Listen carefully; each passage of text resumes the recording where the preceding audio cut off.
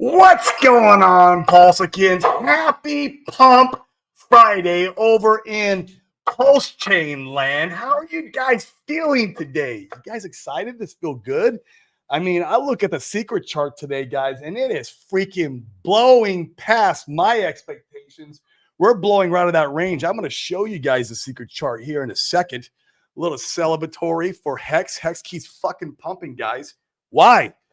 You guys quit pumping this shit so I can dollar cost average in. I told you my wife needs to fucking buy, guys. Come on. But before we look at the secret chart, I got a special guest for this Open Mic Friday, guys. This is Open Mic Friday. I'm going to drop the link in the chat here. I want you guys, come on, come all. Let's talk about Pulse Chain. Let's talk about real estate, health, whatever you want. But first, to the stage, we got Back in Black, man. A long time. I'm back, People man. been asking for you, Dane. They ask if you're okay. If I'm like, man, he'll come back when we have some euphoria. I'll be the local top signal here. That's right. Please, my wife's doing some DCA and I want to keep accumulating, and I can't buy these effing green candles, bro. I'm like, the thing just wants to go. I thought World War III FUD and what was it? Dock worker strike FUD would bring us back a zone, and BTC and ETH came back a little bit, but man, we just keep going. It is fascinating, man. Good to be back, man. It's fun to see the freaking charts run. Kind of like you said the secret chart. It's bananas to see Pulse really outperforming ETH. And in fact, there was a Twitter Spaces I was in a while ago. They were saying the same thing we have for a long time, that, man, if you can get Pulse to really run harder past ETH, well, now you've got a really interesting marketing opportunity, because there's not really anything else in crypto right now doing this. And this is a big deal. In fact, a lot of the wallets coming across the bridge appear to be old Hex guys that sold in significant profit previously and buying back. This is great, man. That is correct. It's not Richard, at least that we know of. I mean, that doesn't mean that Richard couldn't have a couple wallets in there that are new.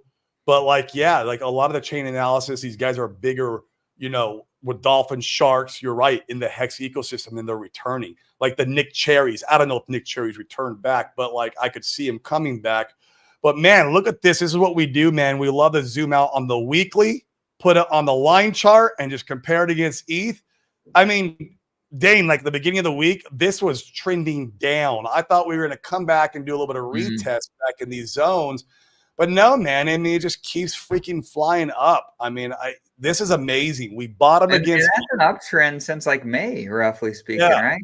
Yeah. Yeah, and then we had multiple months in this bottom, which is a very good sign of capitulation, of a bottoming.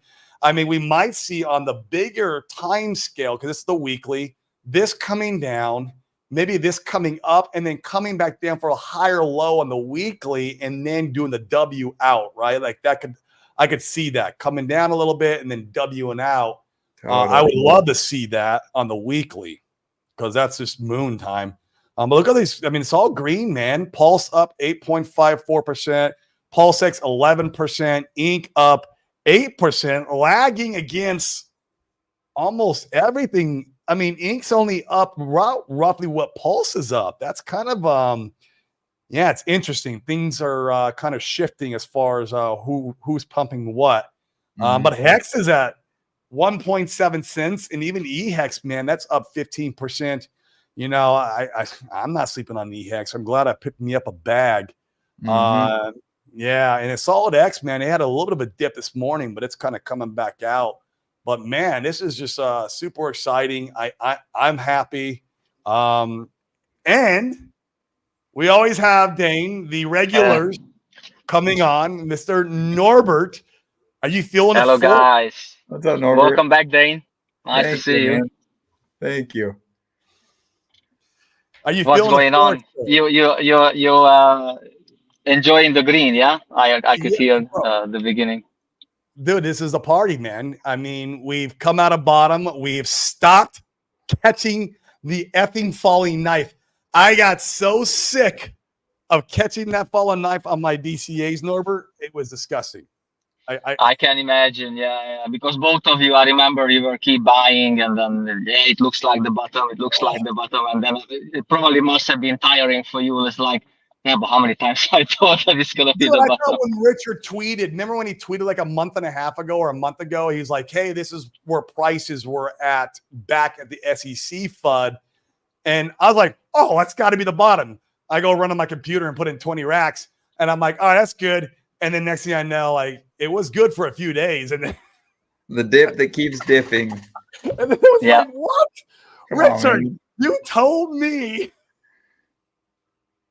Oh, not financial advice, right? Guys, we don't give financial advice either. We're just dudes on the internet speculating on our own money. Go buy stocks and bonds, like Sami always says.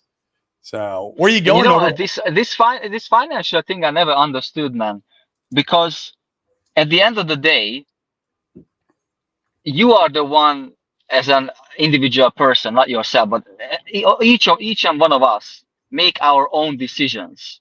So how comes that you are able to blame someone else for your own decisions just because you heard something? I mean, if we have this saying in Hungary, if someone tells you to jump off the bridge, you're not gonna jump off the bridge, in it, you know. So it's just not gonna happen. If the water's deep enough, Norbert, I might. I mean, I'm a risk taker. Yeah. But you see, you do your due diligence. Maybe you send Dane down. Hey, can you have a look at how deep the water is? Is it safe to jump? And then you make your own decision. And then you jump. But you're not gonna jump because Dane tells you, like, hey man, jump.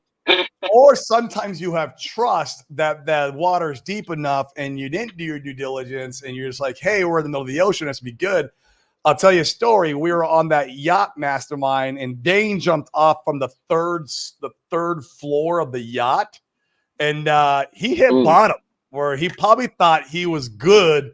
I thought it was deep out there, man. Yeah. Yeah, but he hit bottom. It's like he didn't do his due diligence. But you didn't hurt yourself. Oh, no, it was fine. Yeah. Did you hurt yourself? No, it was deep enough. I was fine. Yeah, it was more just a brush with the bottom, more surprise than anything. But yeah, like Corey's saying, that was completely unexpected. I mean, it looked like we were out. I mean, we were off the coastline. Yeah. I mean, a good 80 feet, 100 feet. I thought we were good, but yeah.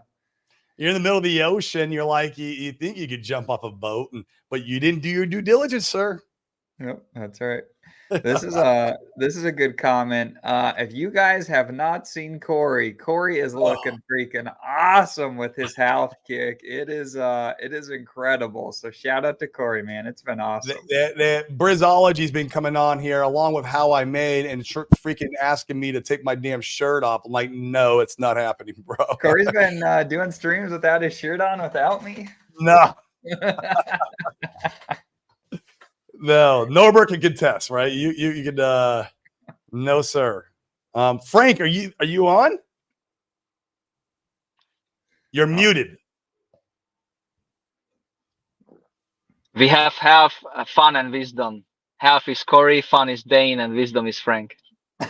Yeah, I feel like Corey's usually the fun one in our working relationship. So yeah, I'm the goofball. The one like when we go and I'll be screaming from stage, and then like Dane's very logical and calm, and so like it's a yin and yang, where I'm like just like in front of everyone's face screaming and jumping up and down and trying to get everyone excited, and Dane's like, nope, let's calm down now and meditate.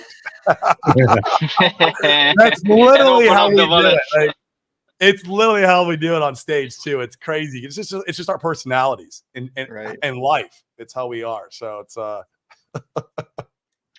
you guys make a great pair.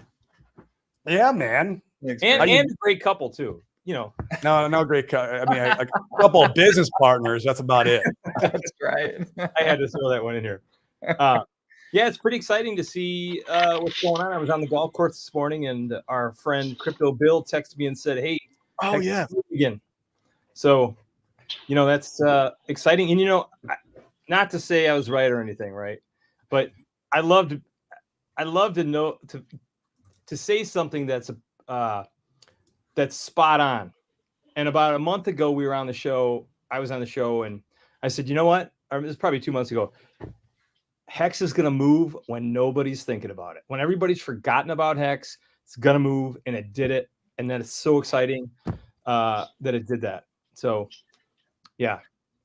It's remarkable. I feel like they're going to take turns, and this is almost proof that the rotation around of money is just going to go around as everything's pumping, even though the other assets are pumping, with it. It's not as much. But like, if you remember the last time, it was Ink. Ink was the star of the show, right? And then like now it's kind of Hex is the star of the show, and we'll see if that continues throughout the entirety of the rest of the year. This kind of altcoin season that we're going into. I would say, man, don't forget to look at the most undervalued RH asset right now, because Frank, when Ink was the star of the show, Hex was the most undervalued asset of the RH assets, and everyone was sleeping on it, like you said. What are people sleeping on right now out of the cores, right? Well, in my opinion, it's Pulse. Does it mean Pulse is going to go and be the star of the show here in 2 months? Doesn't mean that. I have no idea. I don't have a crystal ball, but it is what happened last time with Hex. And I want to keep that. And like, I remember thinking like, well, why am I holding Hex anymore? Like if people are going to buy nothing but Ink and Pulse X, like why am I even holding Hex, right? Like, and you start having these thoughts, and you start having like, okay, well, and you're having those thoughts now with Pulse. It's like, why am I holding Pulse if it means it's a bottom kind of against the other assets? If you're having those thoughts, because that's what happened last time with Hex, and freaking now Hex is the star of the show, which I love Hex, dude. I love Hex. I am happy Hex is back. I'm happy. Yeah, think about it. It only needs to do a 25x to get to all-time highs now. Yeah. Oh, dude.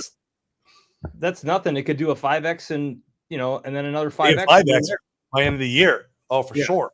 So but my point was there, Frank. I want to make sure that Pulse right now is the big, I think, the underdog. It's everyone's sleeping on it. No one's really talking about it. Everyone's talking about Hex. I still see some chatter about Ink and Pulse X, of course. Pulse X is a beast. But I don't know, man. I get it. Like people are like, oh, I feel like the OGs now and all of like the community is most bearish on Pulse now. They're like, oh, we got to keep the gas fees cheap.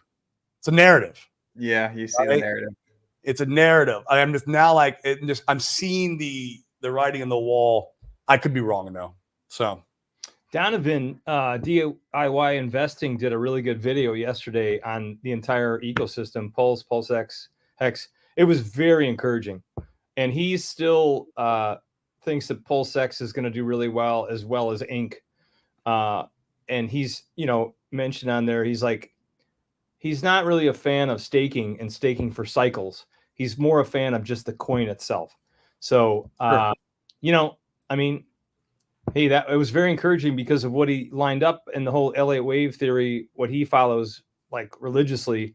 It looks like things are lining up pretty good, actually, with all the coins, from what I could see, what I could tell.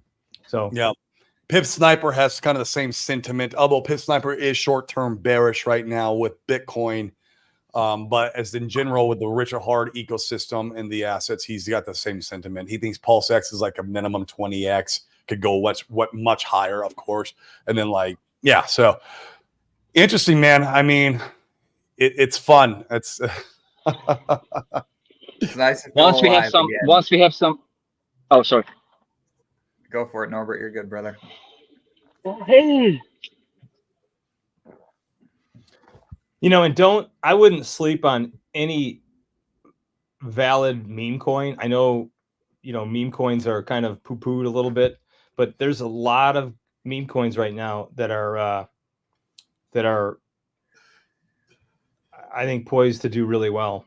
I agree. In fact, Frank, I think that's a great point. When you go and you look at a lot of the charts, especially versus Pulse, some of the cores, definitely Hex has been stealing a lot of air out of the room. You've seen some of these wallets sell Ink and Pulse X and Pulse to go into the thing that's pumping.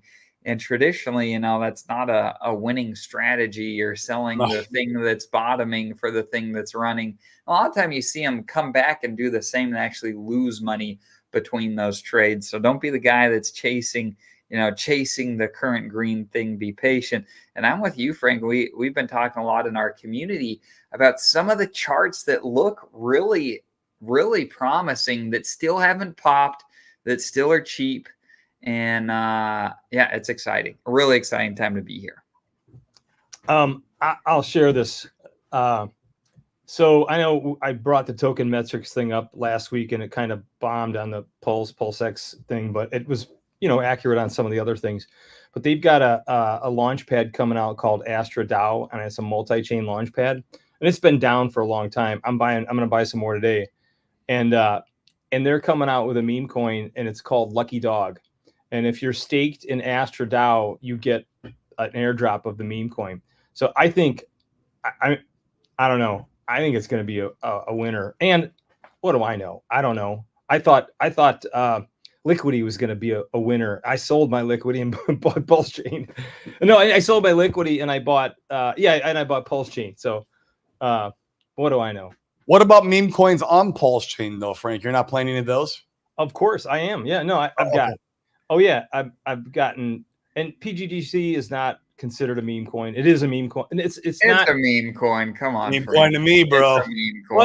Let's say the founders who we know, I don't think they'd say it's a meme coin. All right. Well, yes, neither does Tiago of Solid X. Neither does the HOA guys who created the. I mean, dude, everyone likes to say it's not a meme coin. Axis says it about his coin. They all say, "Oh, this is not a meme coin. I'm building a store of value." Of course you are, bro. Like at least there's utility with those. Like I bought obviously BBC's got utility, but it's still a meme coin. And I like BBC's utility, man. I'm printing money over on 9inch. I make more money over there than I'm making like with any TGC or whatever PTGC as far as passive income is concerned, with no impermanent loss risk. And it's in third-party tokens, so I can sell it off whenever I want. Right now I'm in the bro pool, which is pretty cool. But like BBC's a meme coin. It's got utility. I love that coin. It's actually my second biggest meme coin in my portfolio. Wow. If it's gonna do like cake, man, then happy days. We're all gonna be having a big smile on our face. It's shown life in the pre-Bitcoin having altcoin season. It showed life there. It showed that people are interested. It's got a big community behind it. There's a lot of controversy, drama, all the stuff that you need to make a good, coin or ecosystem or protocol, and they got it. Like at first when they first launched, I was very doubtful. I was like, God, you guys kind of dropped the ball. But man, they've really picked up the pieces and done really well. And I've got high hopes for it. We'll see. Not financial advice, but Zenith, what's up, bro? How you doing, man? I am doing pretty well. I have been busy this week. I mentioned last week of doing a lot of prep for our Q4 thesis stuff. I had all my notes. I built the slide deck. I had all my resources. And then I wake up this morning and I go look at the charts and I'm like, the entire, most of the crypto ecosystem's down. Bitcoin's down. Ethereum's down. And then I flip over to gopulse.com and I'm just like, okay, well, now we have to go update everything. Thanks. Right. Right. When are you doing your show on that? I want to make sure I at least watch it. Yeah. This Sunday, 8 p.m. Eastern time over on DGen Roundtable. We're going to be doing the Q4 thesis. I'll give you a bit of a spoiler here. We're pretty much talking about how the election season is going to impact this quarter. We're going to talk about how the Fed's interest rate shift has going to start affecting the macro market and ultimately the crypto markets. And then we're going to start talking about how we're now officially 6 months past the Bitcoin halving. And traditionally, that's when we kind of start to hit that accelerator and start moving up. So we're going to look into that, see what the ETFs are doing. And then, as always, to close it out, we're going to be doing our crypto projects and events to be looking forward to in Q4. Right now, obviously, number one is the Richard Heart ecosystem, or the Richard Heart court case. I think it's going to have some big impacts for the ecosystem. And one of the questions I'm trying to kick around right now is what going on right now? Is it people trying to front run what they might believe as the news event that's going to happen in a little bit, and it's big giant guys buying the rumor, sell the news. I think we're going to see a pretty good dip after October 31st. I could be wrong about this, so don't. Yeah, but it's it's interesting that we're going into the court case pumping while the rest of the crypto markets are down. The real ironic thing is, or the funny thing is, usually, we are like, oh, RH is pumping the OA. Well, this time it's not, man. All the guys who are doing the big buys, they can trace back and see that they got a bunch of account history on Ethereum, or their old Hex OGs who capitulated out and they're coming back in. A lot of old money returning to the ecosystem. People forget how many big, sharks, dolphins, or even whales that we had in Hex, because they did get a lot of gains, right? Like Tiago, right? The firewall, but firewall never capitulated out of Hex. But you have guys like that. And that will be coming back in, because to your point, Zenith, they want to front run a little bit of the court case, the buy the rumor, sell the news, and people are just like, man, they love trading the macro kind of events. The funny thing is, though, on October 31st, we will know nothing. It's just a date where they're presenting the evidence, and the judge has 2 months, from my understanding. I learned this from Nuclear Herbs. 2 months. So we might have a good Christmas present. Good Santa rally. A good Santa rally. But I just, that would be a legitimate kind of macro pumping up pulse chain now. But going to the court case, man, there's not we're not going to get clarity on October 31st. Yeah, that's true. I mean, I've been trying to figure out if it's people trying to front run it, or if it's just Corey and all of his real estate homies getting into Hex now. We got a few of them in there. Volume's up. Volume is noticeably up over the last 2-3 weeks. Yeah, there's a couple guys we brought in. Yeah, we got one guy that came in. He put about a little over 400, and then we had another guy. Literally, we just onboarded from this last mastermind who's putting over 200, man. So it's like, it's good, man. Out there, Meg. That is really. It's so inspiring. It's amazing what you guys are doing there. Man, just go to the events and speak their language. Whatever event you're at, it could be anything, right? It could be e-commerce, and talk. You got to make relations, right? You got to make relations from the asset of crypto, right? How does crypto relate to real estate, or how does it relate to e-commerce, or whatever business you might be going and pitching at? And you have to talk their language. That's the biggest thing I've learned. If I start going talking about gains at a real estate event, these guys are gonna be like, are you a fucking scammer? Right? Literally, they'll look at me like, but if I talk about, oh man, we're making passive income, you can get yourself, 30% over here, you can get 80% over here. The money just comes in every day. The computer does all the work, so it's passive for humans. They get that because they love passive income, and that's what they chase. That's the dream of real estate, and it's not really passive. That's the secret. The gurus never tell you, is that real estate passive income isn't passive. Yeah. It's the sliding scale of passive to active. You got to be only the money in deals if you want that true passive, like just collecting mailbox checks. Because even if you have property management companies running your properties, it's still a pain in the ass. You got to hire and fire them, manage them. They're always trying to steal from you. It's freaking just nightmare. Hey Zenith, can you turn your mic up just a titch? I absolutely can. You've got that $10,000 mic, and it's not doing. You don't want to downplay that. 10,000. Wow, my one was $100. I don't know how I sound. I don't know how I sound, but my one was $100. You sounded pretty good over there, bro. This one here is. But yeah, guys, this passive income thing I was thinking about last time.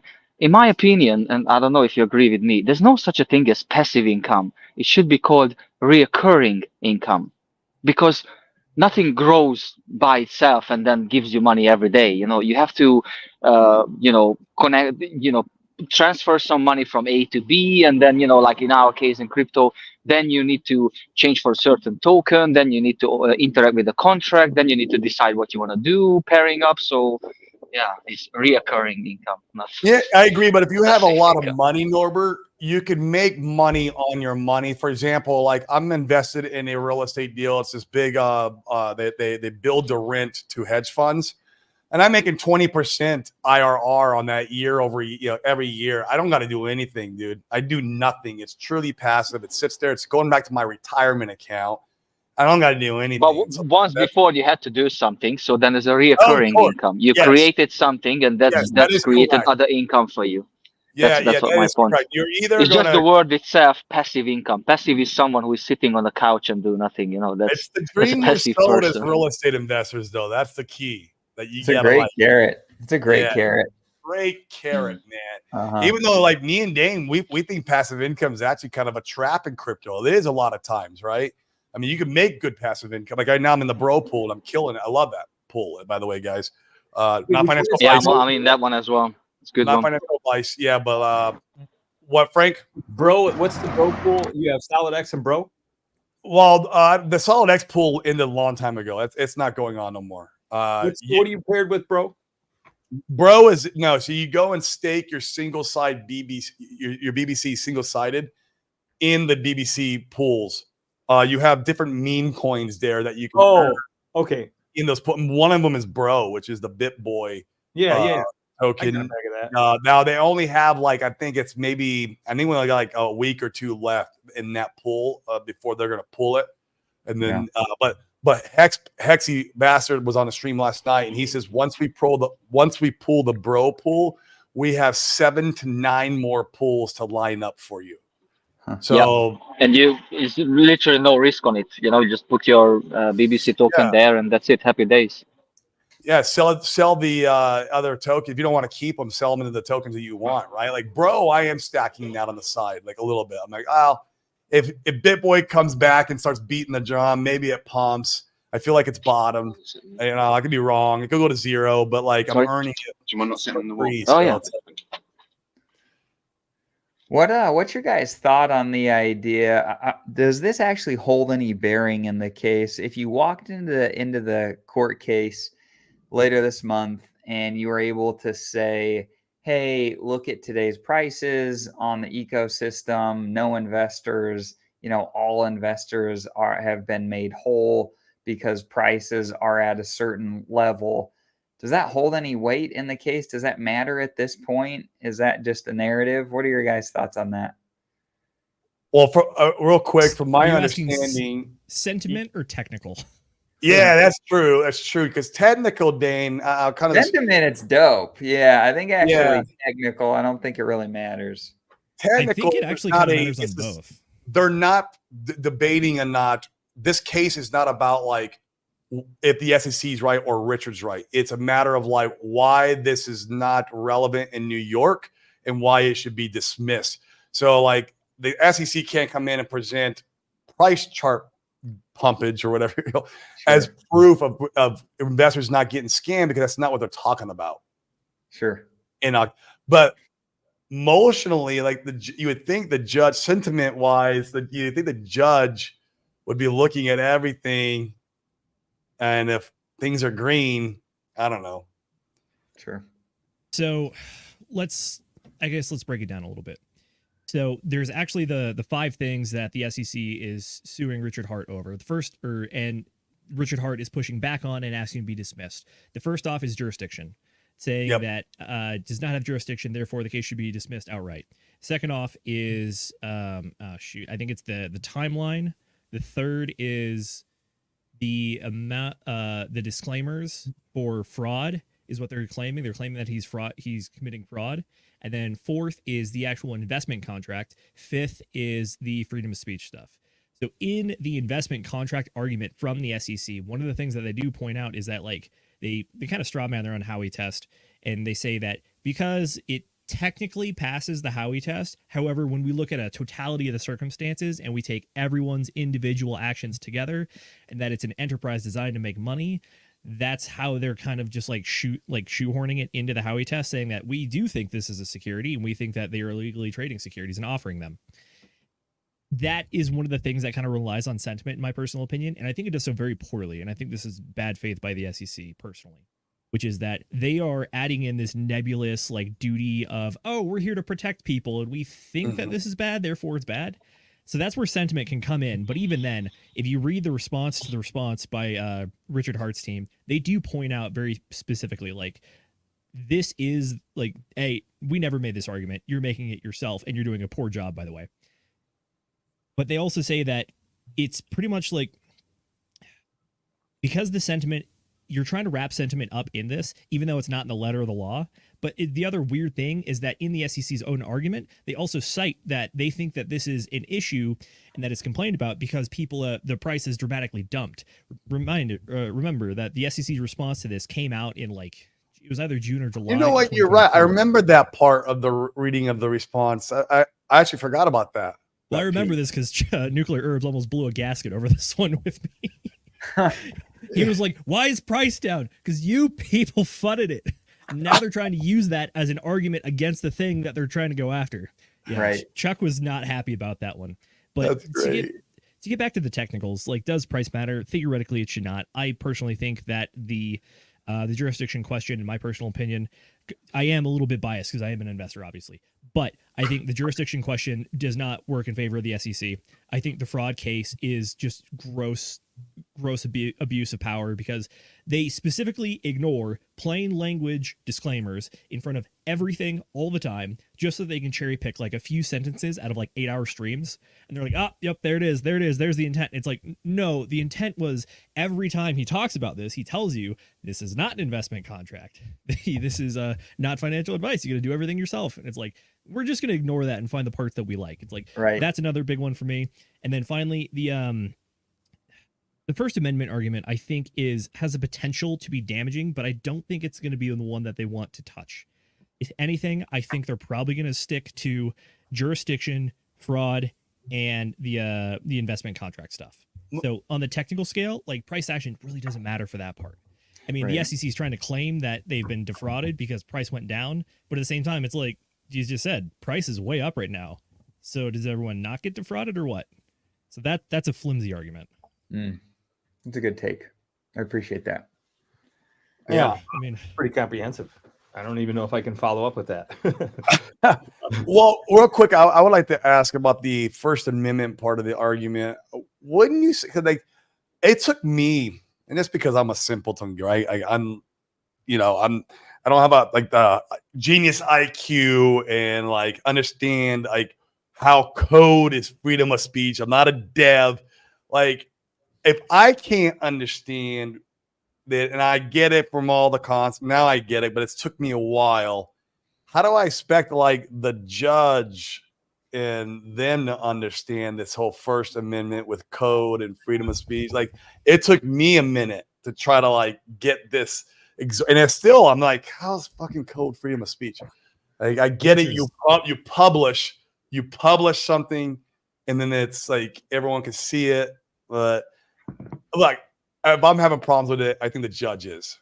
No, that's why I think you might be mystifying it a little too much. I think it's actually not too crazy. First off, the judge is going to be very familiar with case law. So they are going to be able to understand and have access to the records and should know about all the different issues that are pertaining to the case. Like, if you go look at any of the briefs that have been released, there is like the first 5 pages is just a list of all the cases that they pulled arguments from and say, because this was accepted and because this one over here was not accepted, we can create these lines of argument and these logic flows. But the basic idea for code of speech is the idea that you have, as an American citizen, you have the ability to express your ideas in the town square or pretty much anywhere you want. And wherever you do that, including the internet, is just an extension of that. If your idea is an idea for a product, a design, a market, or a little script, a piece of code, that's your idea, and you want to communicate it to other people, you have the freedom to do so because you can share ideas however you want. If you're telling people that they can't publish their ideas online, then that is active censorship against the First Amendment. Wow. Well Nothing stated. too crazy. It's just saying, it's like you have the ability to exercise your rights everywhere, including the internet. Including through internet, blockchain. And wow, that's very interesting. And then people can buy my ideas. Well, there's that too. Free enterprise. It's a wonderful right. There's free enterprise along on top of my freedom of speech. That's the part where it's hard to comprehend. And I think it would be for also, a judge who really doesn't understand blockchain, crypto. And I'm sure they're doing some due diligence and some research now, and they are getting smarter about it. But like, I can't imagine her not even Richard Hart's judge not trying to like dive deep and understand the world of crypto. You need to, but if they don't, I know it's gonna be tough. So the good news about this case in particular is that the judge that's on it actually has been the sitting judge for a few other crypto or like digital asset cases in the past. So it's not this is a novel idea to them. They're pretty Okay. familiar with it. Also, this is the this is kind of the court that's in the backyard of the SEC. We're in Brooklyn. It's literally, I think it's the second district. Chuck, don't roast me too hard on this one. But yeah, second district. This is where the SEC does a lot of their operations from. So the people that operate in this area are going to be well familiar with these ideas, especially considering over the last 5 years, the SEC has been pretty active on this one. Right. Yeah. Fortunately. Wow. It's kind of like we talked about before. Yeah, it's better to be at the back of the line with being on the Case law. chopping block versus being one of the first ones you have case law to stand on and some of that stuff. It's really positive, all things considered, which is good.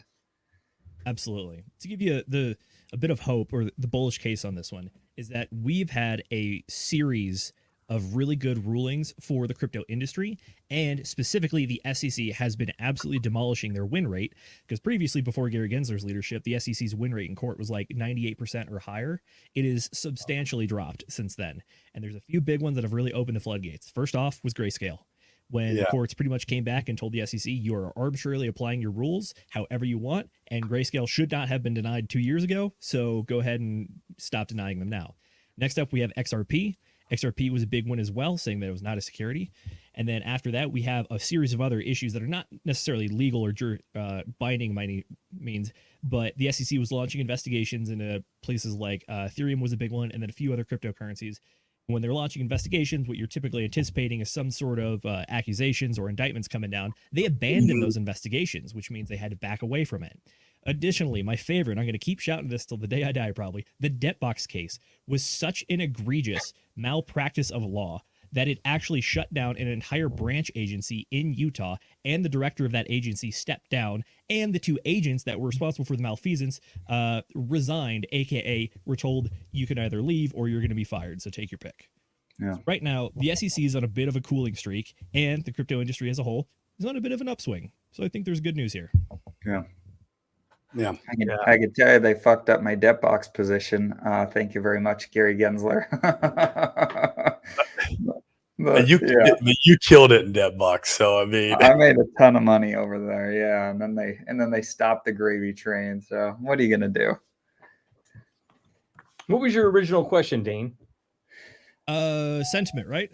Yeah, we were talking about whether or not, if you were Richard, if you pumped the price chart and you got everybody made whole, that was a sacrifice, or if that mattered. So that's what led to this conversation. It's interesting to consider all the aspects. That was beautifully put, by the way. Really good, Zenith. Yeah, that was great. Yeah. It's an Almost exciting like a time lawyer. in general to be in crypto, like there's not a lot that's standing out. I mean, unless you guys see things that I don't, there's not a lot really standing out as far as price performance is concerned right now in crypto. And it's an opportunity to really steal the limelight, steal the show, and shine a little bit. This is marketing, and this is what Richard was known for with Hex. Ideally, you hope to see it again. I feel like we're seeing the beginnings of it now. Yeah. Wouldn't he want, though, if there was, I don't think the OA's pumping it or Richard's pumping this price chart, but if he was doing that to try to like get the sentiment, to win over the judge or whatever, right? Wouldn't he, here's what I don't want, wouldn't he pump PulseX and Pulse? Because those are the sacrifices. I think the correct answer is he would do nothing, because is that it's the investment contract. And one of the things that Richard Hart has specifically been doing ever since the SEC dropped the allegations, or started the allegations rather, was that he's been making Pulse Chain and Hex and every part of it a lot more decentralized, trying to show that he's actually not involved. It is just a thing that exists out there that individuals can interact with. And specifically for the investment contract stuff, one of the things they're going to try to prove is that other people have an expectation of profits based on his work or the work of people that he's hired. So if he's the one pumping price, theoretically it could damage his case, saying that this is not an investment contract. They're saying, no, you are doing work that is yielding rewards for other people that they have expectations of you to do. So is it possible that the OA can act independently? Yeah, for sure. But at the same time, in the eyes of the less educated public, as you guys were talking about earlier, yeah, it can very easily be construed to look more like that investment contract. I mean, you've had the SAC wallet buy before, you know what I mean? What changed where you didn't see the SAC wallet step in and all of a sudden you see it step in and start to buy. I mean, like openly advertise those buys. You know what I mean? You definitely could have obfuscated that, but openly advertising. I mean, I could think of lots of reasons why you do that, but as far as the actual case is concerned, you make a good point there. You mean like the March pump? That one? Yeah. Was that at what level did the OA wallets buy Ethereum? It was like $3,600 or something around there, I want to say. 37, I think it was, but yeah. I mean, so technically they have obfuscated it a little bit, which is that after the sacrifice, the funds from the OA wallet and the sacrifices were split to many different wallets, and they've been operating somewhat independently now a little bit. But at the same time, it's blockchain, it's trackable. As long as you're not using a mixer, it's pretty trackable. And I haven't used a mixer that would get them in trouble. So, right. Well, that's all bullish news in my opinion. So I like it, man. I like it a lot. You have previous law experiences in it? I used to be a law enforcement officer. So I was a Coast Guard officer. I used to do drug and migrant interdiction down in the Caribbean. And then as part of the old training, I had to take some law courses at the Coast Guard Academy. And for a while there, I was trying to be one of the high-speed guys and actually go make a career out of that. But then they said, no, we gave you an engineering degree. The desk yearns for you. So they put me behind the desk. Yearns for your companionship. Yeah, they say the seat must be filled. That's funny. Oh, I can't complain though. It was good stuff. But yeah, I primarily specialize with like international maritime law. And then as a result, you get trained up on a lot of the stuff for like constitutional law about like the different amendments. And like as a boarding officer, you can't just go randomly search whatever you want. You have to actually have like, I don't know, reasonable suspicion. What a shocker. But also at the same time, we do some interesting things as the U.S. and we kind of assert our authority on the high seas if things are in question.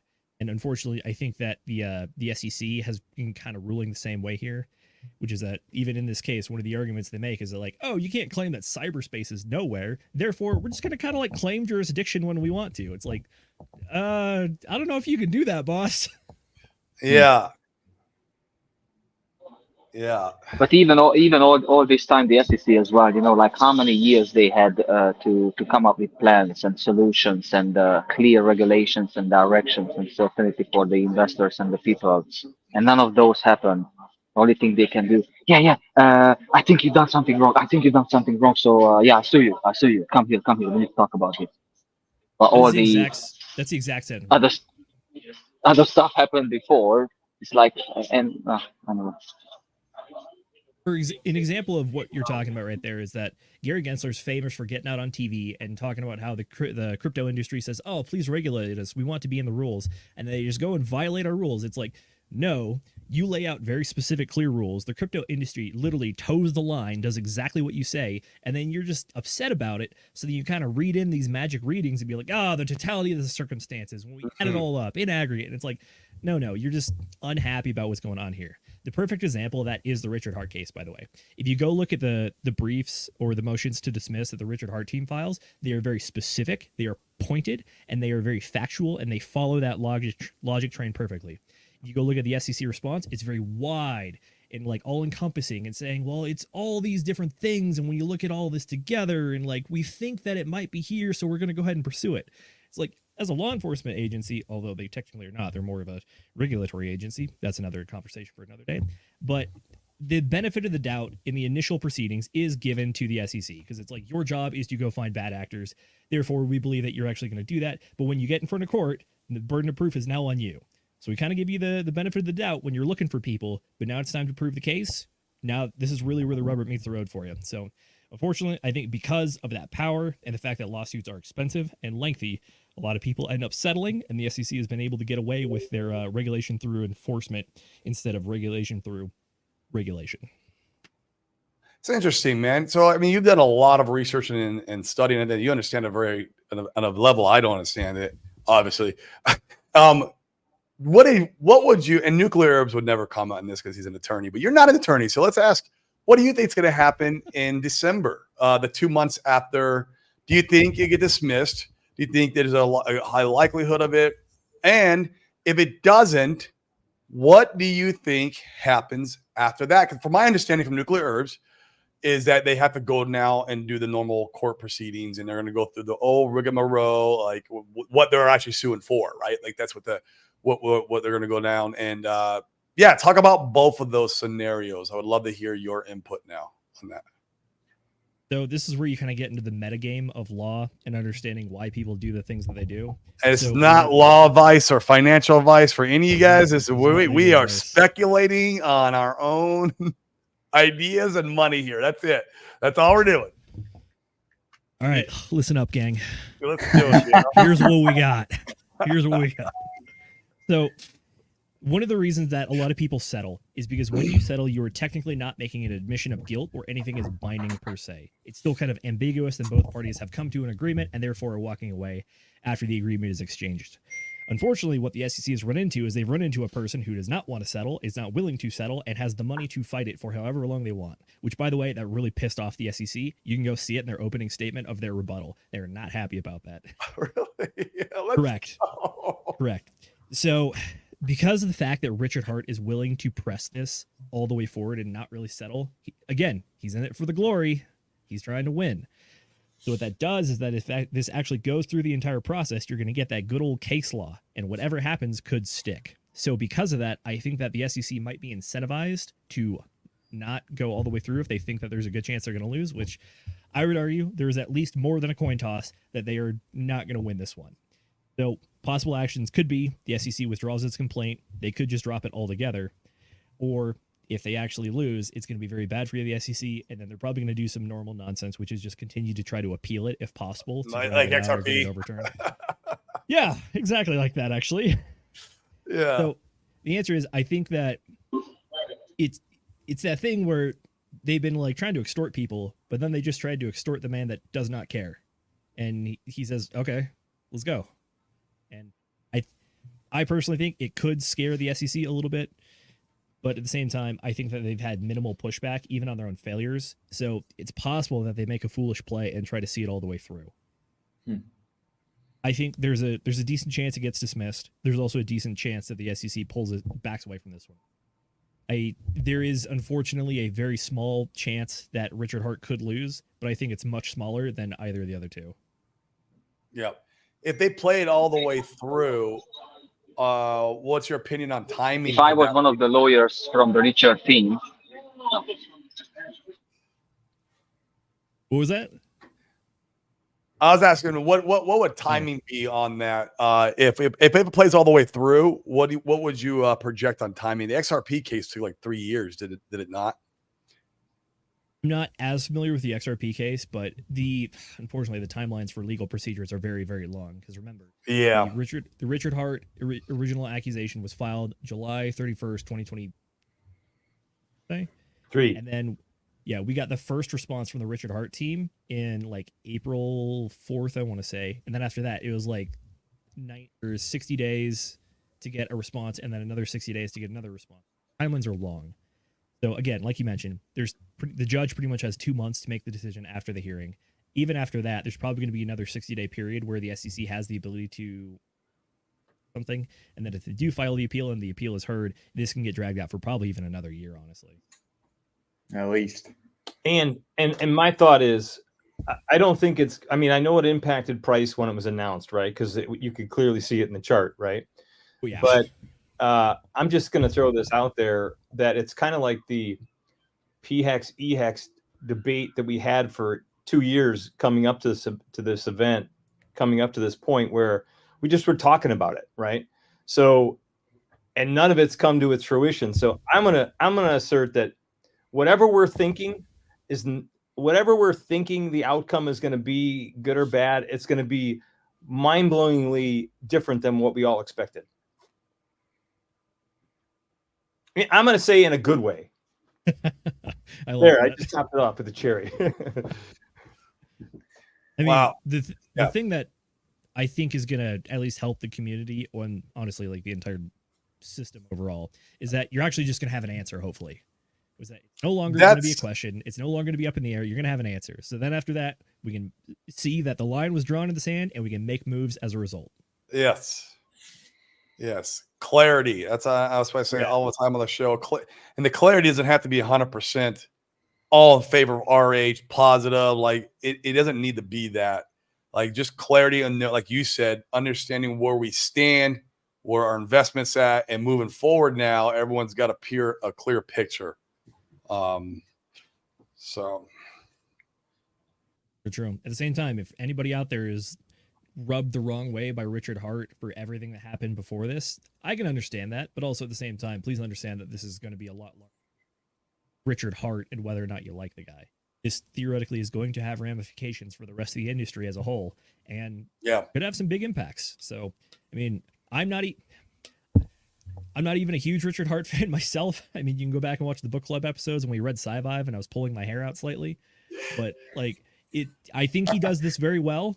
I'm not saying he's the greatest author, but I think he's made a very good crypto product, and I like it in that regards. And I think that he's followed the law to the best of his ability, and I think he's going to come out on top on this one. Like him or hate him, I think that this is bigger than just Richard Hart, and I hope that people are able to see that and understand that. Yeah, I agree. This is a good question. Yeah, the Beyond All puts here. Yeah, would they wait till this stage if they're going to abandon it? I mean, I think you've got to kind of see how the cards fall, and before you can make a decision on whether or not you're going to abandon something. And in my opinion, I mean, you guys can agree or disagree with me, but I think they're waiting to still see how the chips fall, and I think they need to see where the judge stands before they make a determination if they are going to pull out, type of thing. Would you guys agree with that? I would agree. The situation on the ground is evolving and changing. If it evolves and changes further, it can alter the decisions they want to make. Same thing with how they've operated in the past. The debt box case is a good example of that, which is that I'm pretty sure these people knew they were in the wrong the entire time, but they thought they were on a holy crusade, so they continued to misrepresent facts and then double down on their lies in front of a judge when they were asked about it again. So it's like, if you have the balls and the audacity, honestly, to do that and not like have a recourse of your actions, yeah, it's entirely possible they do the same thing here, but also they might, I don't know, actually start to shift their positions, which that they're doing, whether it was dropping investigations. I think Gary Gensler got roasted in front of Congress like 2 weeks ago for this. I saw that. Great. They created the was it crypto assets or crypto token security term, and then they rescinded that in the footnote of some other like legal document, and then one of the congressmen was like, "What is this? What is this?" So it's very look. I love it when Gary goes in front of Congress. We get some good sound bites out of it. We do. Oh man. Well, cool guys. You guys got anything else before we end up popping off? I'm gonna grab a lunch here in a few minutes. I just want to say some of the meme coins that I like. I like the X token. I like Salad X. Oh, there we go. That's on Pulse Chain. Yeah. I like River. I like River X. I like the Heat token, which are all associated. I like the Bank token. I bought the Cheddar token. It's on Solana. Okay. It's crazy. It's done really well recently. I bought it twice and it dumped, and I, didn't catch the bottom, but it's starting to pump, and I actually think that one could do well. But wait, there's a couple more. I like the Stack token, Stacked Italian, and on Pulse Chain too, right? Yep. Dang it! I put it. Let me just look real quick. I'll see. I put this in a chat somewhere. We can now go find Frank's wallet. Yeah. There you go. Just find all those, that cross section right there. It'll show you where he's at. One of the biggest DGen wallets in Pulse Chain right there. I've only done it. I was doing the straight and narrow until I did that 500 to 250,000 back in January, which the jury's still out on that. But I was having so much fun, and the ups and downs. I learned so much, man. I probably bought 25 to 40 coins, and I was having a ball. And now I'm really starting to see some the results. So, like they say, there's no bad goals, just bad timelines. So on that one, I think the jury's still out, but I think that's gonna well exceed that $250,000. Like it. Do you guys have any upcoming crypto events for Q4 that you're looking forward to in the next 3 months? It's like allegedly Phantom is going to be launching the Sonic Network as well, but we don't have a date for that. I heard it might be Q4, so I'm trying to keep my eyes peeled for that one. You guys have any other events in the next few months? Not that I'm aware of. Me and Dane, we have a bunch of real estate events we're going to. We got 2 next week, and we're going to be in Texas. If you guys are out in Houston, hit me up, shoot me a DM. Maybe we can meet up or something. You guys can come out. But yeah, that's all we got going on is the real estate. We have a bunch of those. I think they do. There's the next one I know of in our community though is Pulse Chain's doing. There's a Pulse Chain tour, not beyond the Richard Hart case, but like in Vegas in March. I think you've been showing that on your show. Yes, the Pulse Chain Tour 2025. Get your tickets now. I believe the creator codes are still active for like 1 more week, maybe. Yeah. I'm not saying that we have the best code because we sold the most tickets so far, but let's go. But do you have a code? No, you can shill it, dude. I don't have a code. All right. I don't want to be a jerk here. But yeah, no, you're good. You can shill that. Yeah, PulseChainTour.com. Go get your tickets for Pulse Chain Vegas next year, 2025, March 6th through the 9th. If you use code DGEN, DEGEN, I think we can get you a 20% off until then. That's good. Or till the end of this week, I want to say. After that, go hit up SJ or RG3. You should have a normal 10% off code for everyone else if you go check. Yeah, that's the only event I know, man. I know the Token 2024 or whatever out of Singapore just got done. I actually had a guy here in Puerto Rico. He lives a street over from me. He just got back from that. We're going to meet up probably when I get back from my trips, but like we're going to meet up and he's going to fill me in on all the stuff that he learned and what went on there. That's what, like all the new, new projects, supposed unicorns can be born, out of this event. It's a very techie event, and so like it'd be interesting to hear his input on that. I would have loved to gone, but it's tough, man. These big events are in Singapore, Dubai. Like it's hard to. You got a family. How do you take them all? I mean, you could do it, but it's yeah. Real quick, the pizza token. Obviously, I love it because of the pizza rat. It already has a narrative, which I thought was cool, and Fire and Axis and the Bro token. So yeah, for what it's worth, not financial advice, but having fun with it.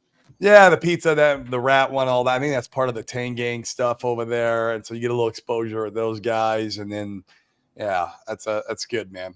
So cool, man. Well, Zenith, I mean, go ahead and shill your show too. I want to know where people can find you at.